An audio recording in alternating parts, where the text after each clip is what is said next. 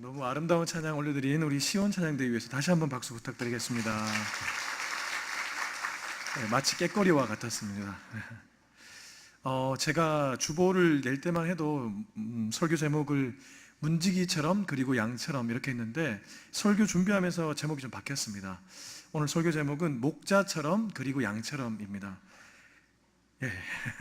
되게 이 본문은 양과 목자의 비유로 잘 알려져 있는 본문입니다. 예수님이 비유의 말씀을 드신 것이죠. 그런데 우리가 이 본문을 유심히 보지 않으면 잘 해석되지 않을 수 있습니다. 무슨 말이냐 하면 그냥 쓱 하고 지나가면 본문에 담긴 정확한 의미를 파악할 수 없다는 것이죠. 여러분, 성경을 대할 때는 항상 진실하고 진지하고 정확하게 해석하려고 노력하셔야 됩니다. 뭐라고요? 진실하고 진지하고 정확하게. 이 세 가지를 항상 마음에 두고 진실하게 말씀을 대하고 진지하게 말씀을 대하고 정확하게 말씀을 해석하기 위해 노력하면 하나님이 진실하고 진지하고 정확하게 성경 해석을 통해서 우리에게 그렇게 살아가는 삶도 허락해 주실 줄로 믿습니다.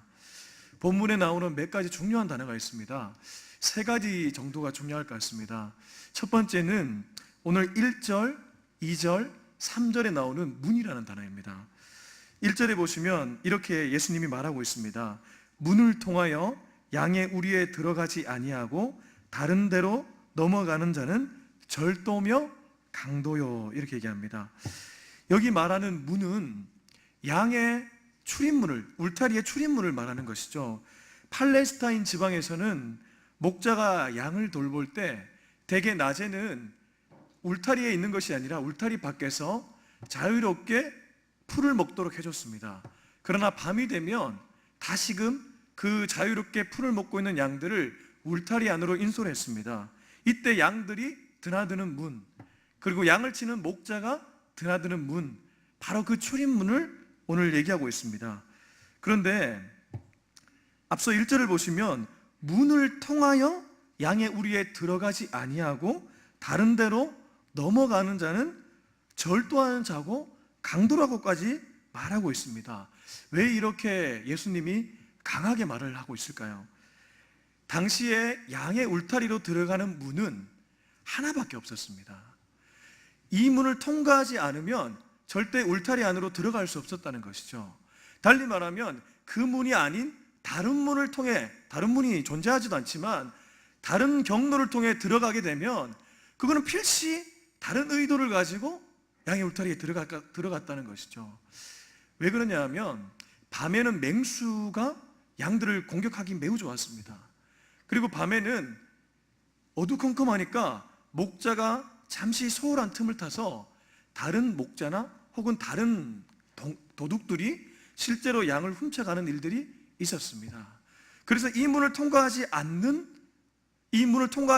모든 목자나 다른 사람들은 강도며 절도자라는 것이죠. 그런데 여러분, 여기까지는 비유입니다. 오늘 이 말씀은 비유의 말씀입니다. 여러분, 비유가 무엇입니까? 비유는 이것을 통하여서 원래 그 안에 더 깊은 뜻이 있다는 것이죠. 이 말을 하기 위해서 잠시 예를 가져오는 것이 비유이지 않습니까? 그러면 예수님이 왜 이 비유의 말씀을 하셨을까요? 7절 말씀을 우리 같이 한번 읽었으면 좋겠습니다. 7절입니다. 7절 다 같이 시작. 그러므로 예수께서 다시 이르시되 내가 진실로 진실로 너희에게 말하노니 나는 양의 문이라. 여러분, 문은 앞서 그냥 양의 울타리의 문으로 보자면 하나밖에 없는 출입문이었습니다. 그런데 이 문에 담긴 깊은 뜻은 이 문이 누구라고 말을 하고 있습니까? 예수 그리스도가 양의 문이 된다는 것이죠. 그러면 여러분 2절에 보시면 이 문을 들어가고 나오는 자는 양의 목자라고 합니다. 그렇다면 양을 치는 목자는 어떤 사람이 되어야 됩니까? 제가 어려운 질문 하지 않았습니다. 양을 치는 목자는 어떤 사람이 되어야 됩니까? 예수를 통과한 사람만이 목자가 되어야 됩니다. 여러분, 제가 이렇게 얘기를 하면 목사님들은 예수님을 경험한 사람이 되어야 하구나, 언뜻 이렇게 해석하실 수 있을 것입니다.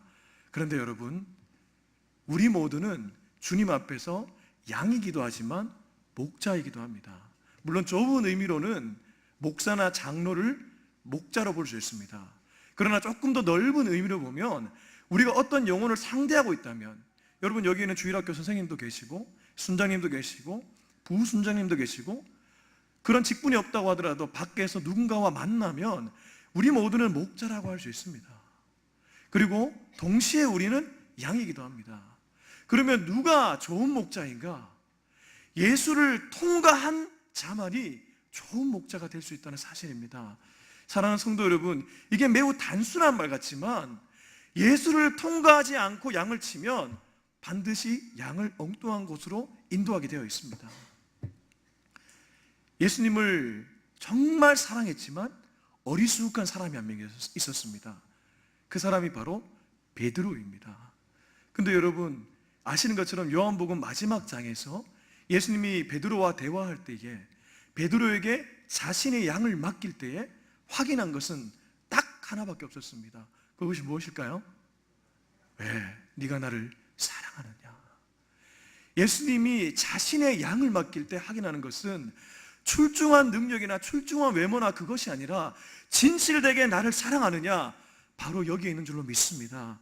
사랑하는 성도 여러분, 예수를 통과한 자만이 정말 양을 칠 수 있습니다. 근데 예수를 통과한 자는 누구일까요?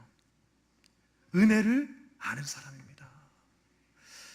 우리 교회는 한 분도 그런 분이 없지만 간혹 제가 어떤 교회에 가서 이렇게 누군가와 대화할 때, 특별히 직분자와 대화할 때 마음속에, 물론 저도 조심스럽지만 저도 늘 제 영혼이 그럴까 봐 돌아보지만 스물스물 이런 생각이 들 때가 있습니다.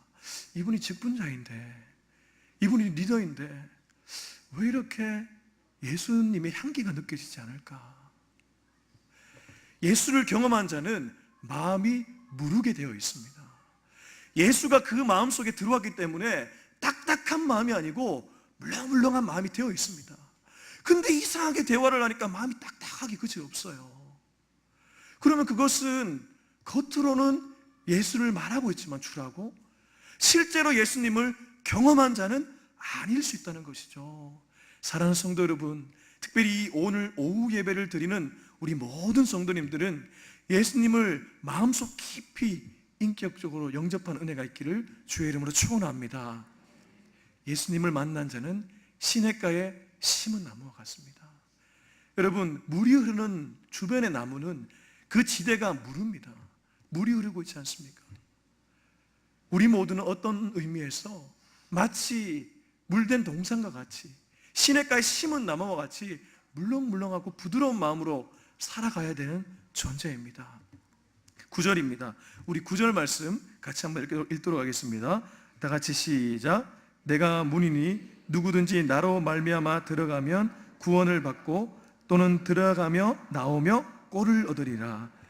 다시 한번 주님이 내가 문이라고 말씀하고 있습니다. 근데 9절에 보면 이렇게 얘기합니다. 내가 문이니 누구든지 나로 말미암아 들어가면 구원을 받고.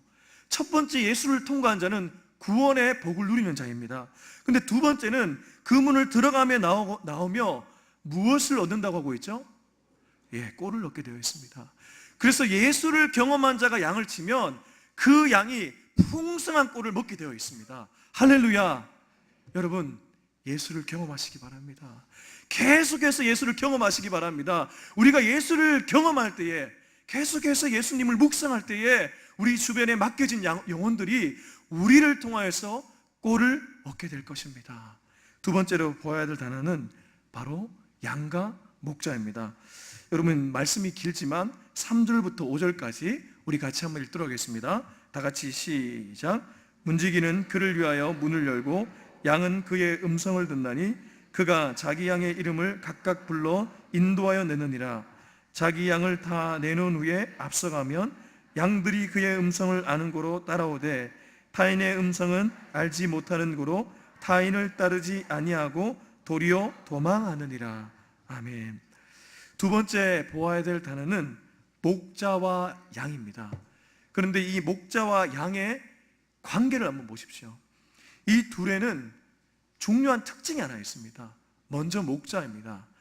목자는 당시 팔레스타인 지방에서 목자들은 거의 대부분이 자신이 치는 양들의 이름을 알았습니다. 오늘 본문에도 나와 있죠. 3절에 보면 그가 자기 양의 이름을 어떻게 부른다 하죠? 각각 불렀다고 얘기하고 있습니다. 뭉뚱그려서 누구야 이렇게 한 것이 아니고 각각 자기의 양의 이름을 불렀습니다. 여러분은 양을 보시면 구별이 되실까요? 절대 되지 않습니다. 저도 양을 보면 구별이 되지 않습니다.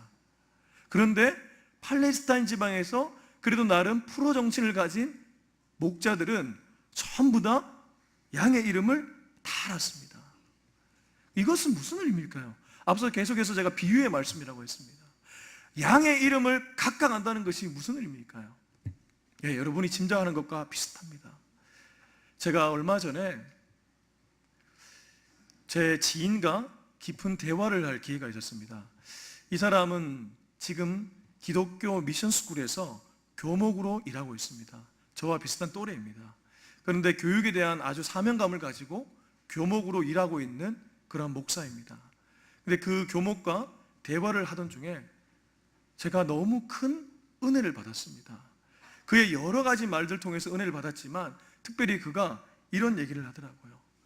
유명한 목사가 되기보다 성도들에게 우리 목사님이 되는 것이 더 성경적이다.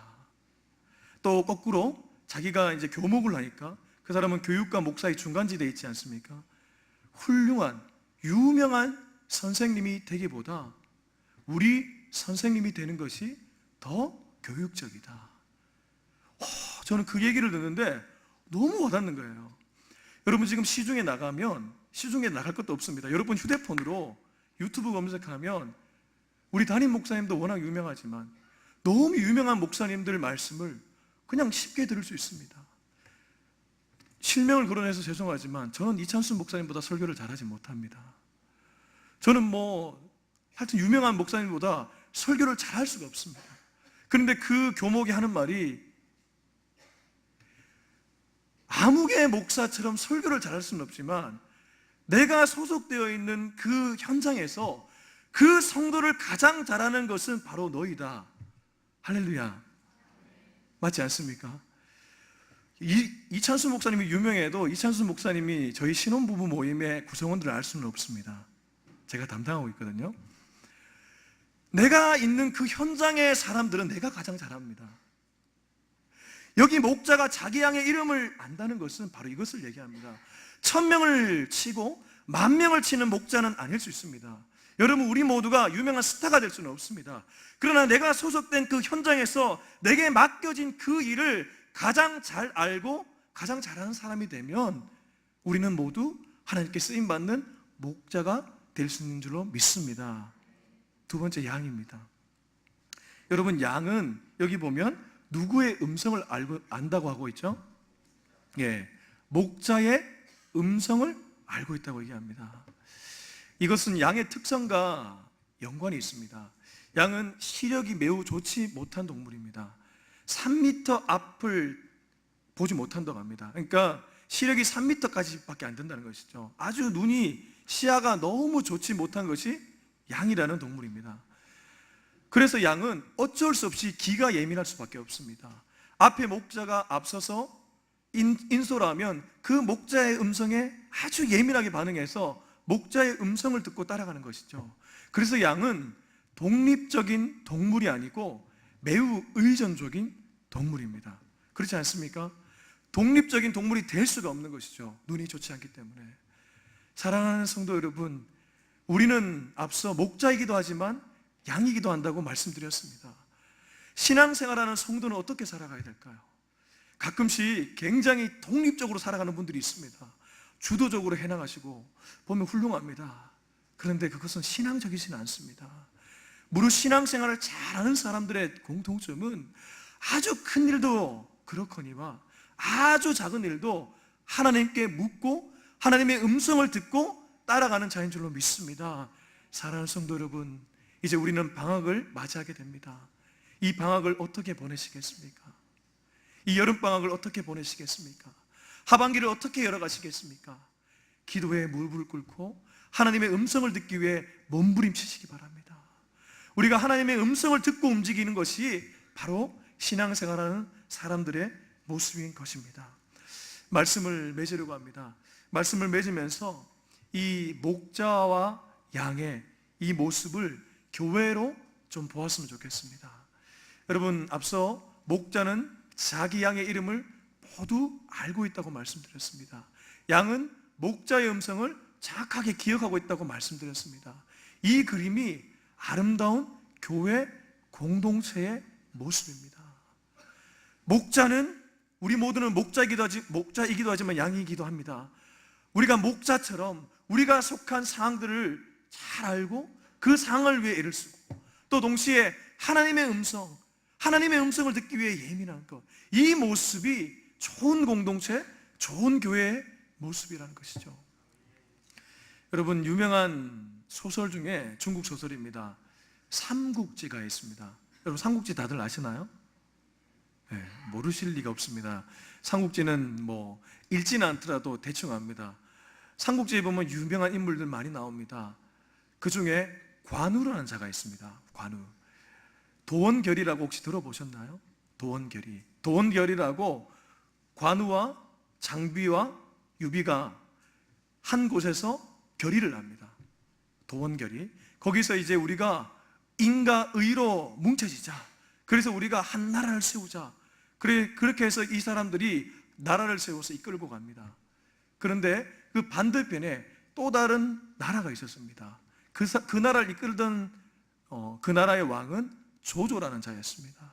근데 조조가 관우를 너무 좋아했습니다.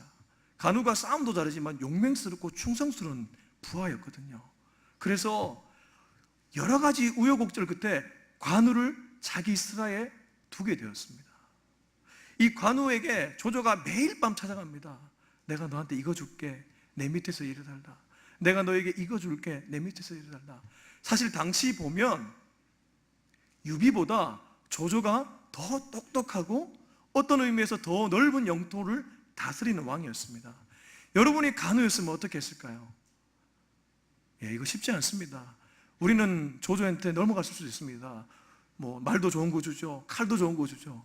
그런데 관우가 조조에게 넘어가지 않습니다. 끝까지 유비를 향한 우정을 지킵니다. 왜 그랬을까요?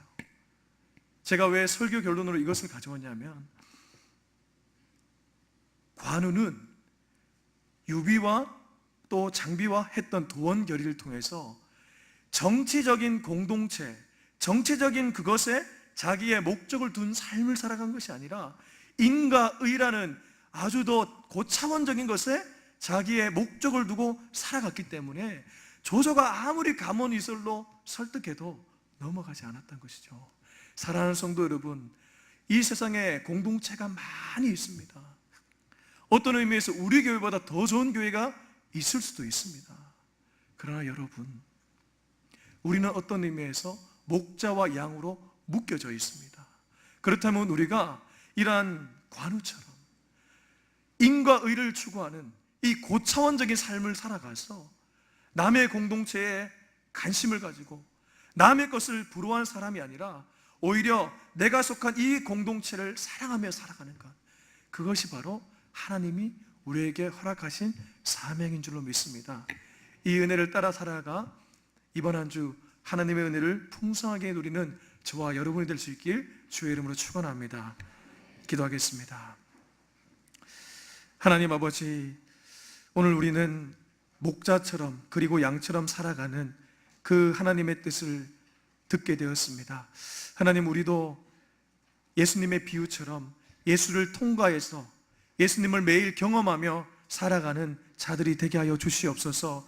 우리가 속한 상황들을 눈여겨보게 하시고 우리가 속한 일들을 잘 해석하게 하시며 남의 것, 유명한 것에 관심을 가지기보다 내가 손에 잡고 있는 그것에 최선을 다하는 자들이 되게 하여 주시옵소서.